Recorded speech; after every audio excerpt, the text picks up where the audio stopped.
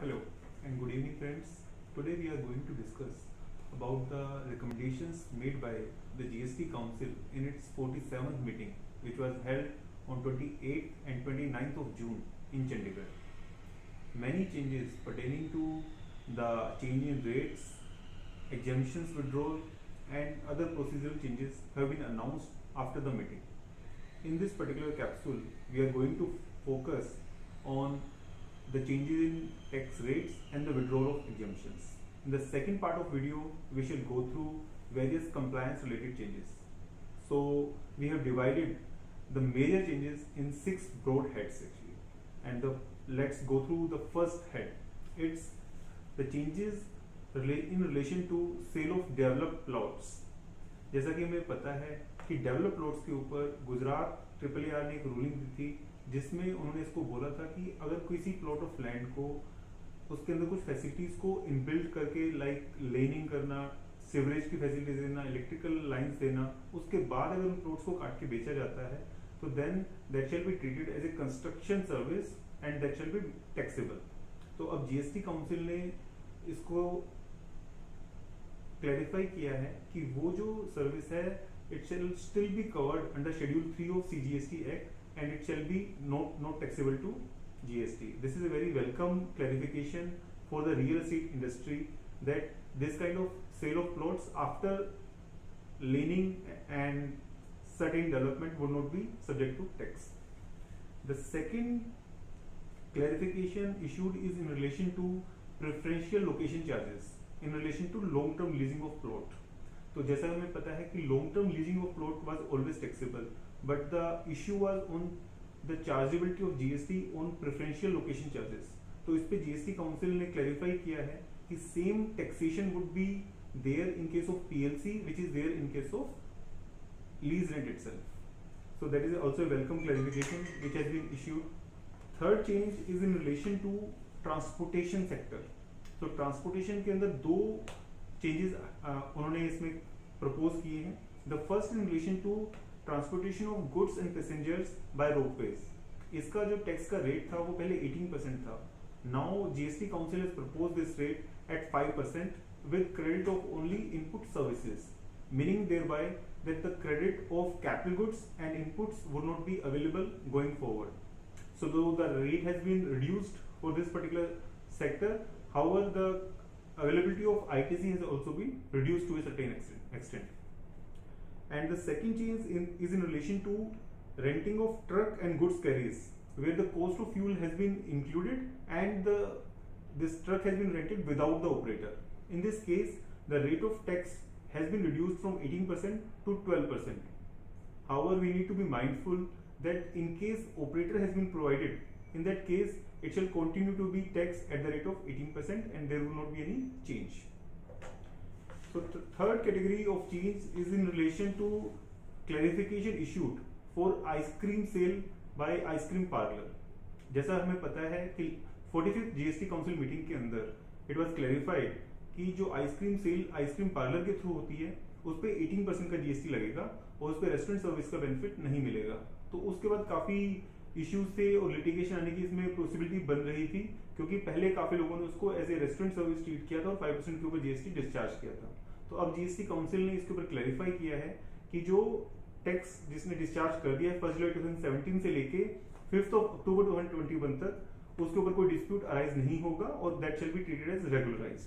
तो this is also welcome clarification proposal issued by GST Council to avoid unnecessary litigation.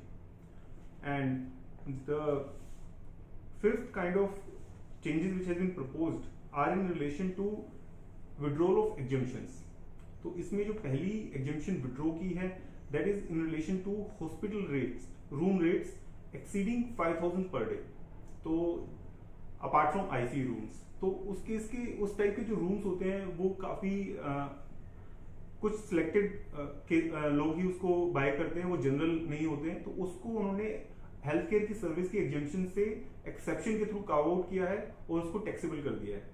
सो किसी hospital के अंदर अगर per day room rent that is charge in bill is more than 5,000 उसके ऊपर GST attract होगा at the rate of 5% without availability of ITC benefit. तो second जो withdrawal उन्होंने किया है एग्जेम्पशन का that is in relation to transportation of passengers by air to and from northeastern states and Bagdogra airport.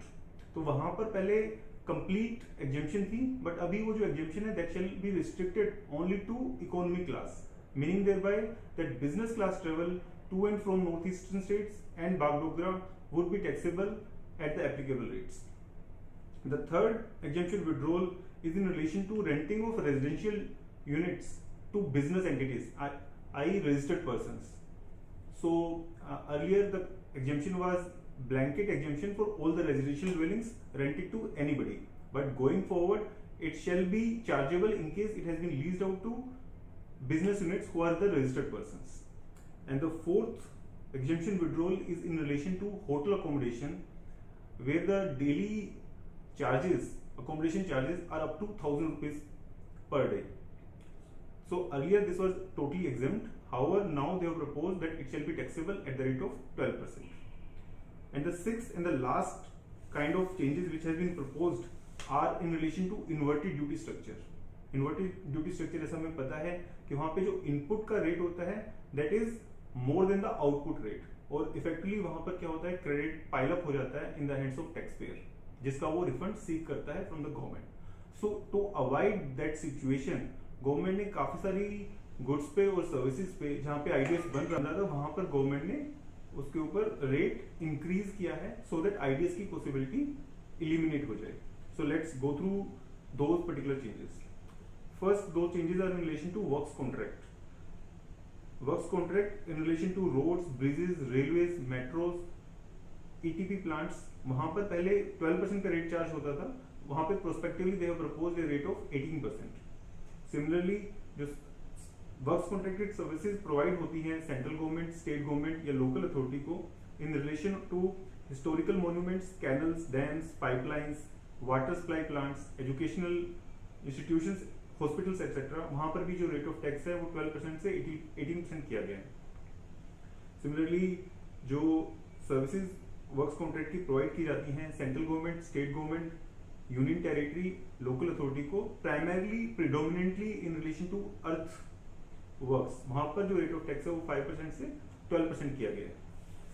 इसके अलावा goods के case में सोलर वाटर हीटर और जो सिस्टम्स हैं वहां पर रेट ऑफ टैक्स 5% से 12% किया गया है. एलईडी लैंप्स, लाइट्स, फिक्सचर वहां पर 12% से 18% किया गया है. प्रिंटिंग, राइटिंग एंड ड्राइंग पे भी रेट 12% से 18% हुआ है.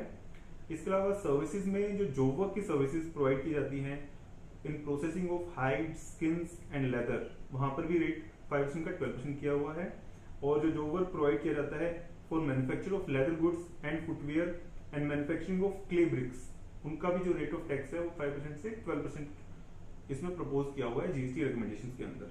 तो इन सब चेंजेस से इन्वर्टेड ड्यूटी स्ट्रक्चर की जो पॉसिबिलिटीज है और जो आईटीसी एक्यूमुलेट होता है वो टू ए लार्ज एक्सटेंट से रिड्यूस होगा. So these were the major changes which were there in relation to changes in rate of tax and withdrawal of exemptions. We hope that these are useful to you, and in case you have any clarifications you can share in the comments and comment box. Thanks for watching this video. Stay tuned for more knowledge updates.